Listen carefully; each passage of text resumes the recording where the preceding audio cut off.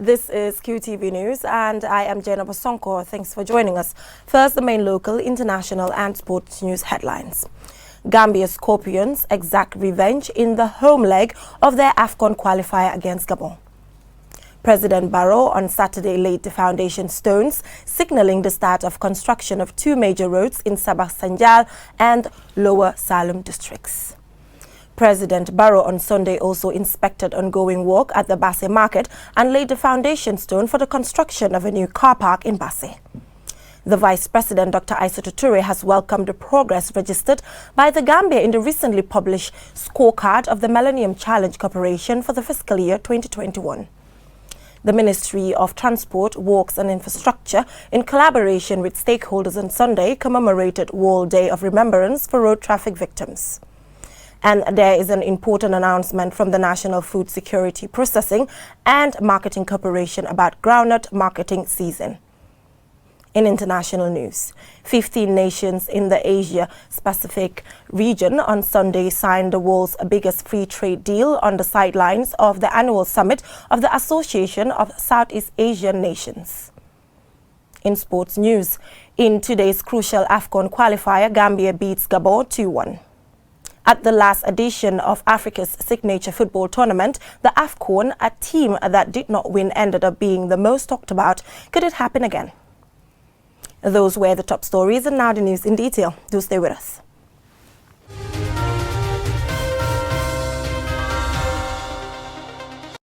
Thank you for joining us. Now, the people of Sabah Sanjal and Lower Salem are happy that their dreams are near realization as President Barrow on Saturday laid the foundation stones, signaling the start of construction of two major roads in Sabah Sanjal and Lower Salem districts. Aliou Cisse has the rest of that.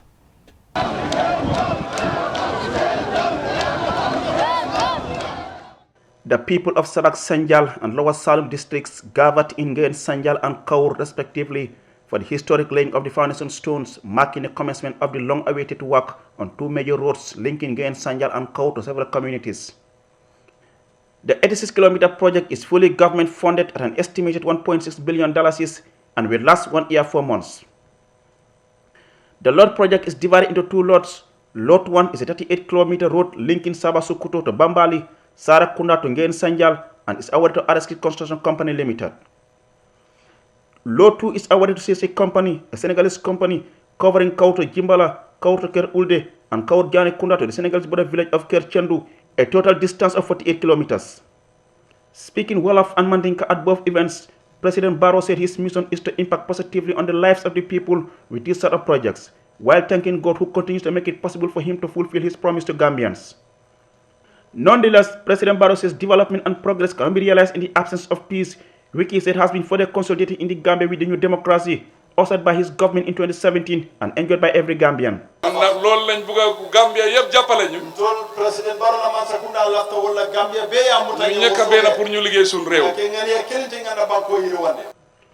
Just as at the Hakalang Road project, President Barrow told the crowds that the funds are from taxpayers. He announced that his government will soon lay the foundation stone for the construction of an 80-kilometer major road in Kiang. We talk less and work more, President Barrow told the cheering people of Sabah Sanjal and Lower Salem.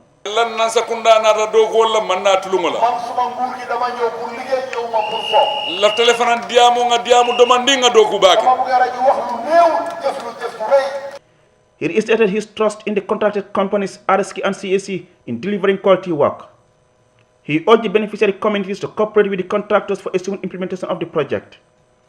Ali RSK of RSK Construction Farm and Amadi Gay of CSC Construction Limited both promised quality and timely completion of the projects. Have been designated to high standard with high quality signboard, curbstones, mark posts, and cat eyes. The Lot 2 project, 48 km, will be one of many CSC successful projects in Gambia. Pace Gamek is the consultant for the projects, whose representative also assured quality work. The Ministry of Transport, Works and Infrastructure, and the National Roads Authority are the executing implementing agencies.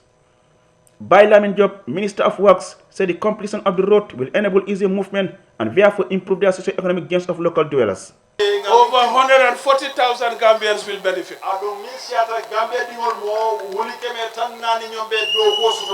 Hamad Nkeba, Minister for Tourism, who also doubles as the leader of the National Reconciliation Party, advocates support for President Barrow as he continues to usher in more life-changing development projects across the country. He preaches unity and oneness, reminding Gambians to rally behind President Barrow to develop the country. He encourages Gambians everywhere to come back home and secure voters' card to participate in the 2021 election. Suñ njëriñ yi tey li nga xam ne moo yóbbu interest yi suñ suuf si.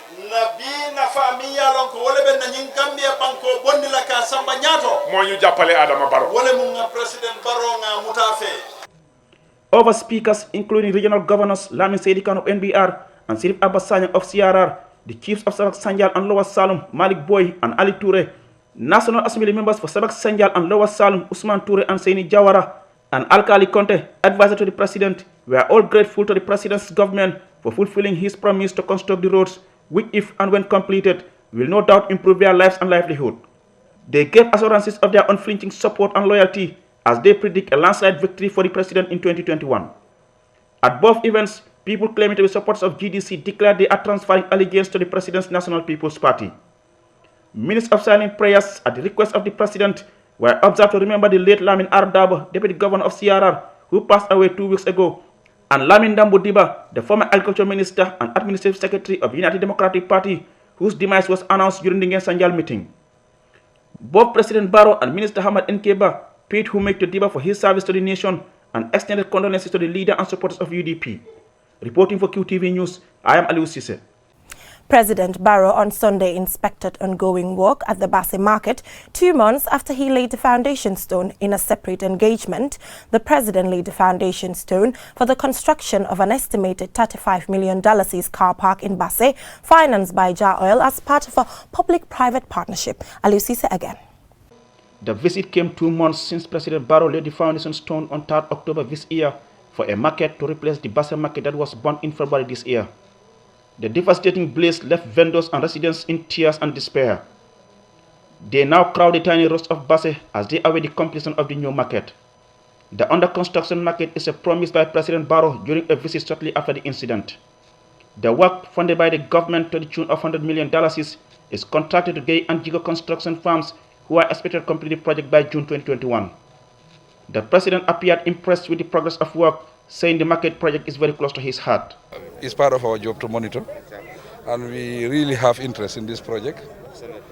It's a project that is close to my heart, because the destruction that happened here, definitely, it is something that everybody felt it at that time, and we need to replace it, because the people are desperate to get back to the market.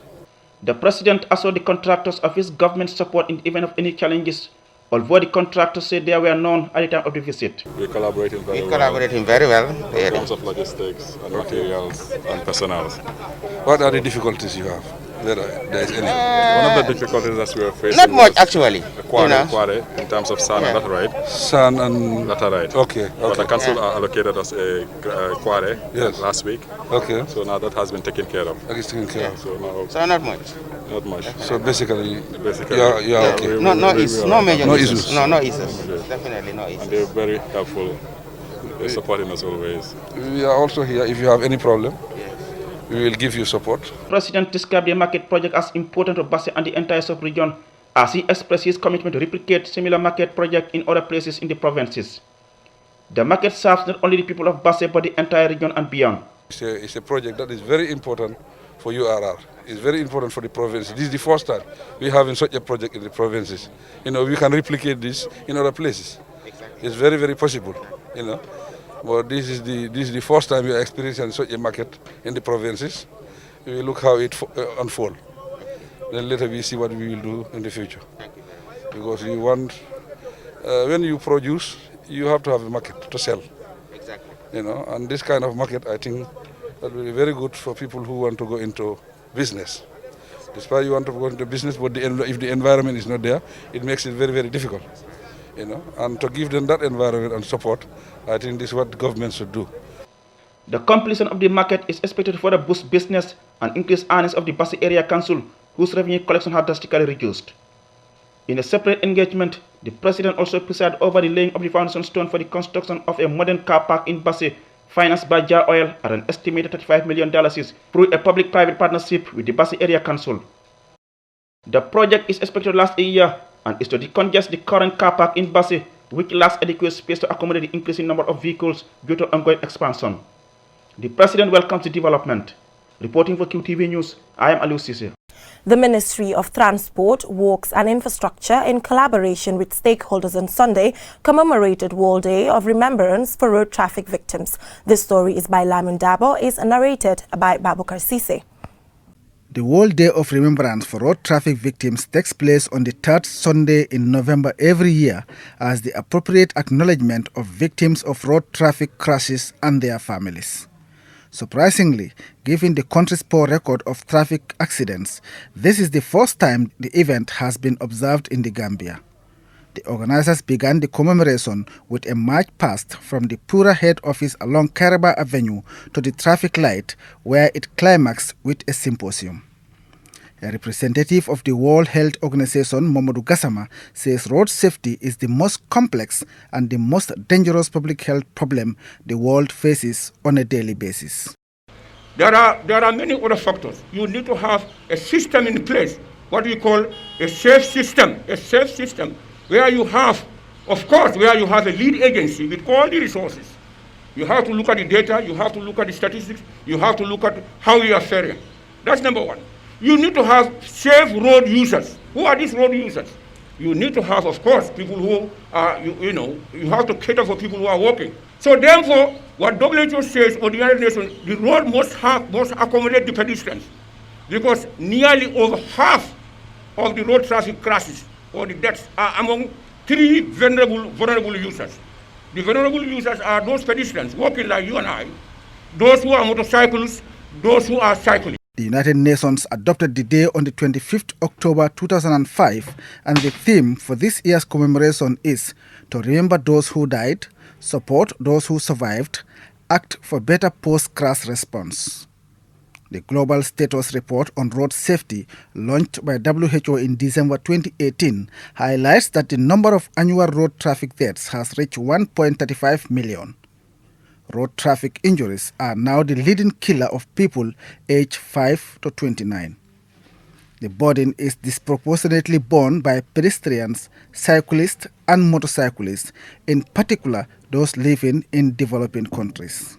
A representative of Road Safety Foundation, Lamin Cisse, says road traffic crashes are not accidental but predictable and preventable. It is predictable because we can study the risk factors and understand them. We can prevent collision from causing road traffic injuries. We can immediately respond to road traffic injuries when they happen, and we can manage road traffic injuries over the long term to minimize their impact on health. The burden of road traffic injury is staggering and requires the coordinated actions of all groups of stakeholders, including health, police, transport, justice, insurance, education, and non-governmental sectors.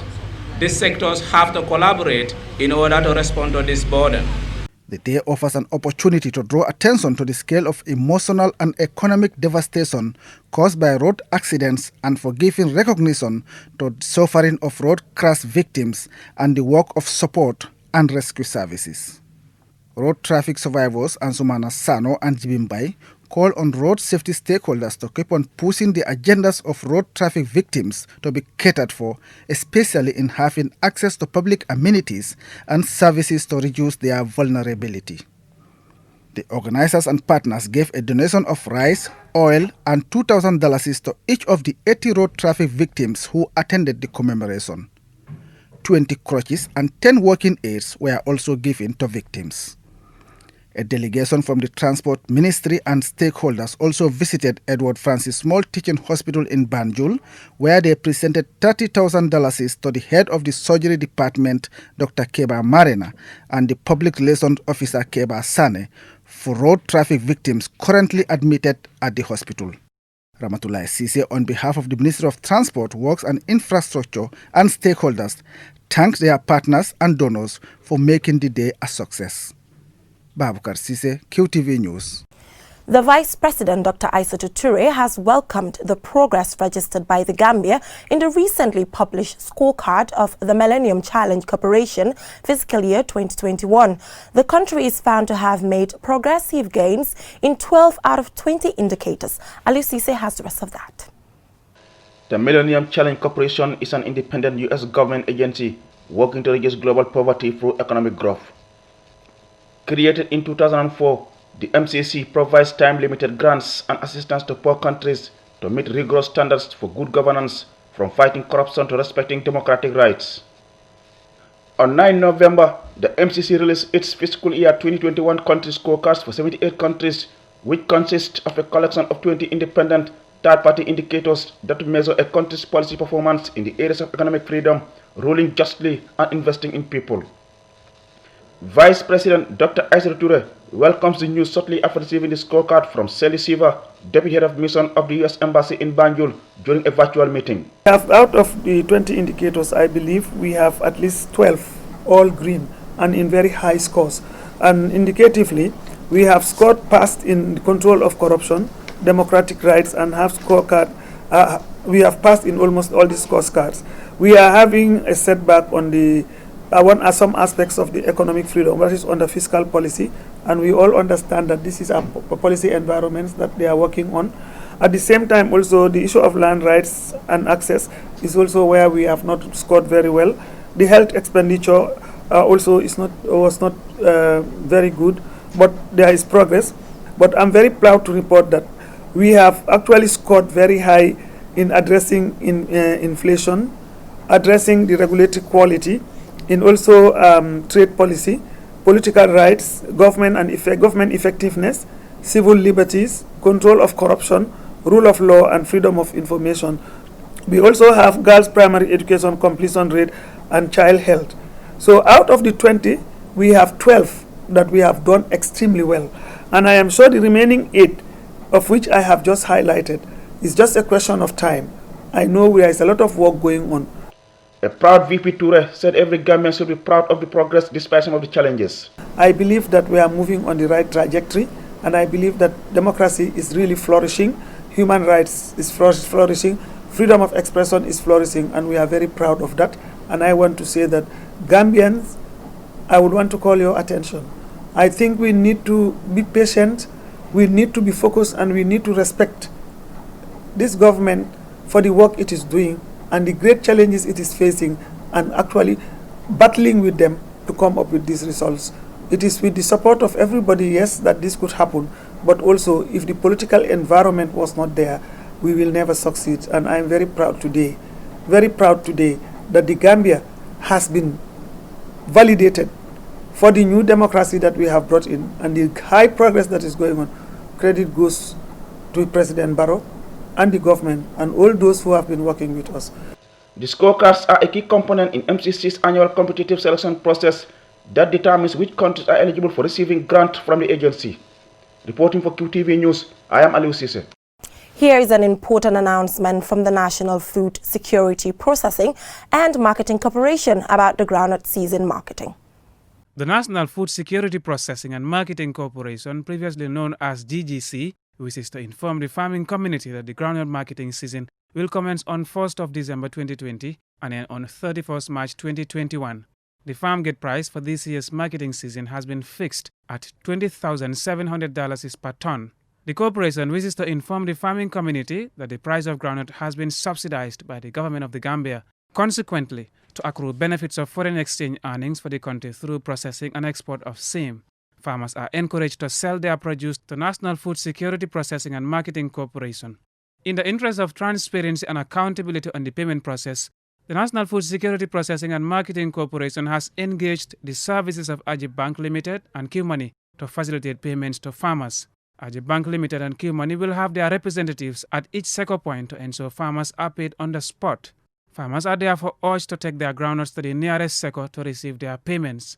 The National Food Security Processing and Marketing Corporation wish the farming community a very successful marketing season. Mahmoud Lamin Choi, QTV News. We will go for a short commercial break, and when we come back, the news continues with some more local news stories. Do stay tuned.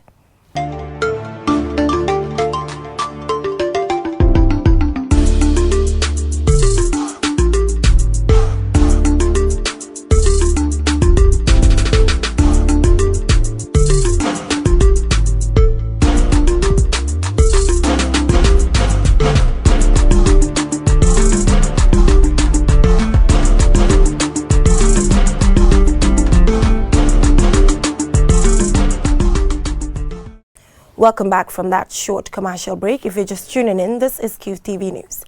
Now, the former CEO of Brikama Area Council, Lamin Jammeh, on Monday told the Truth Commission that his contract was wrongfully terminated and he decided to take legal action, leading to his illegal arrest and detention by the NIA. More in this report.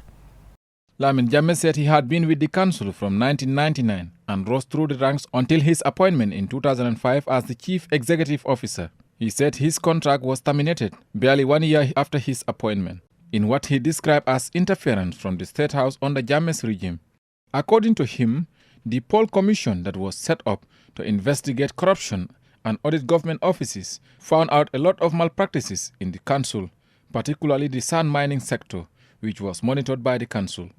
The witness said the audited report he inherited when he took office was full of details of mismanagement, and he decided to inform the authorities. According to him, this did not go down well with the top authorities. He said the people dealing in the sand business had direct contact with the State House, and thus he was called and invited to the NIA headquarters, where he was given a termination letter. After his termination letter was handed to him by the NIA, the witness said he was detained at the NIA headquarters for 1 month. Well, we were detained according to Daba, because his last words to us was, anyway,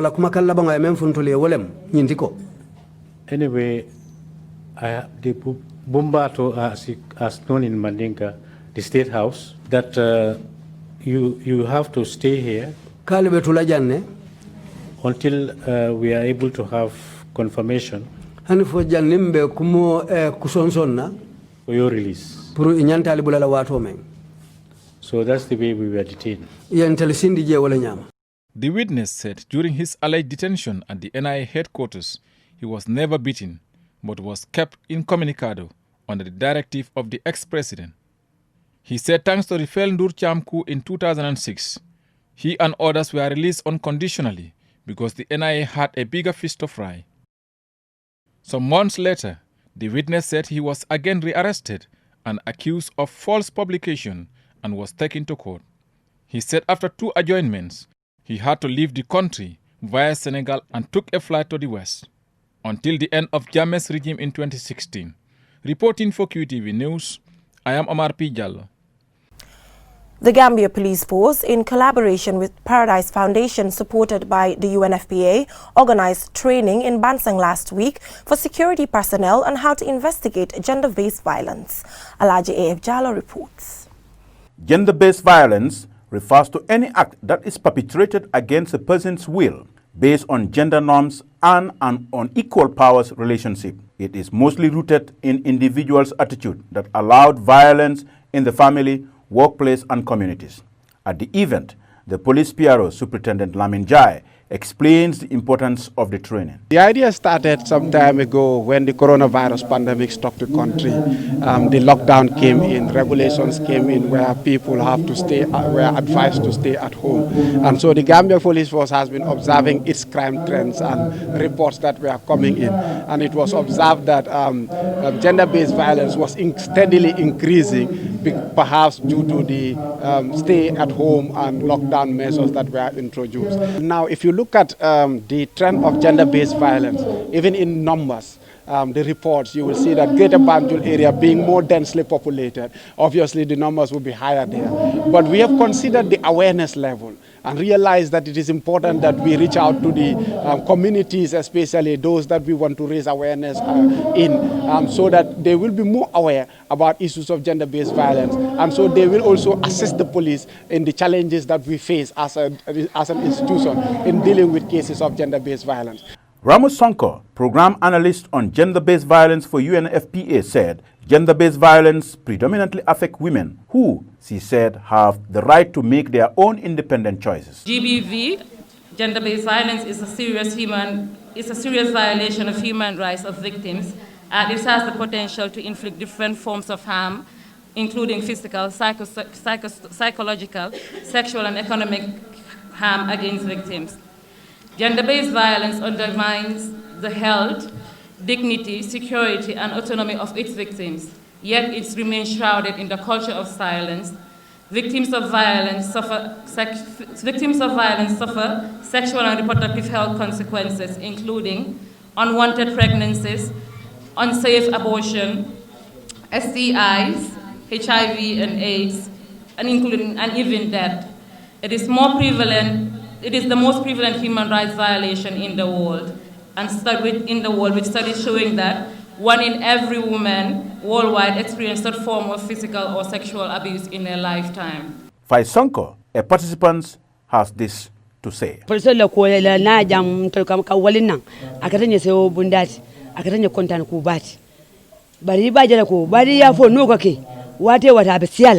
This is a very important program. A lot of violence is inflicted on women, and most of the cases are compromised because of our Maslaha syndrome. We thank God because now the police have taken a bold step to look into our plight to end violence against us. The Gender-Based Violence Helpline 1313, the first of its kind in the Gambia, was launched in July this year by the Ministry of Women's Affairs in partnership with the UNFPA and Paradise Foundation. Callers to the helpline 1313 will speak to qualified health and psychosocial care workers to guide them professionally in dealing with their problems. For QTV News, I am Alaji F. Jallo.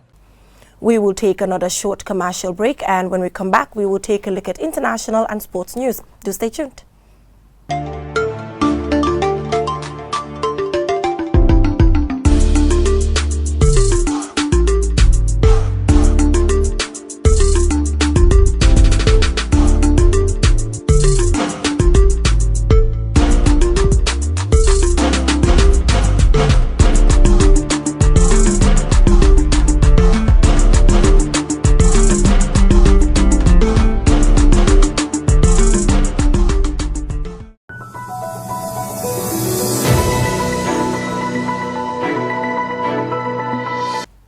Welcome back from that short commercial break. If you're just tuning in, this is QTV News.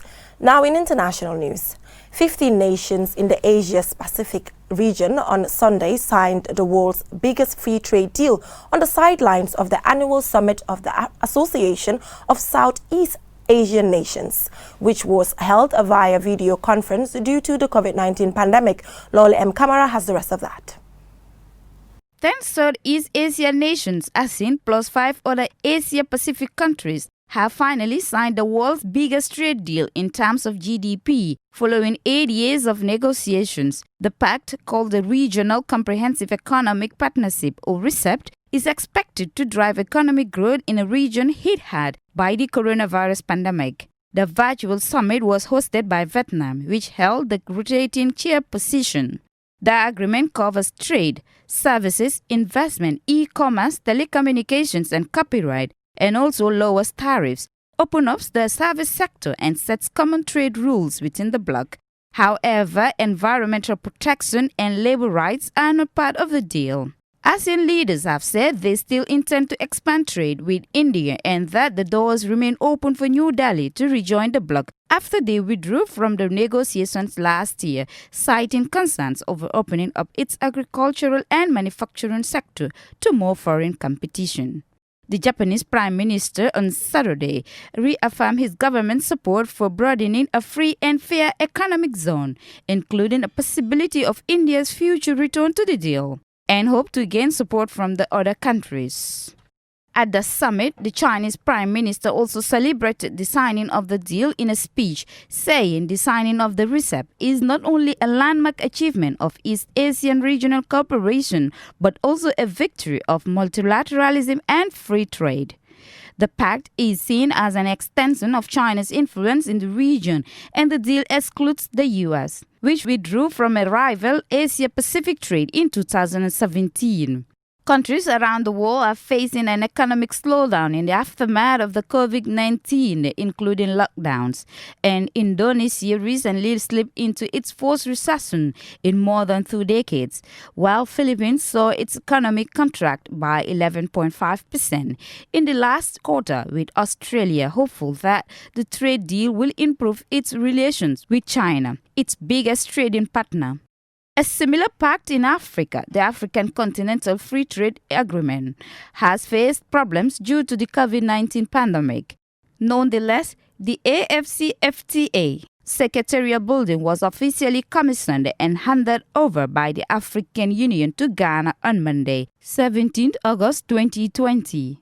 For QTV News, Lolly M. Kamara.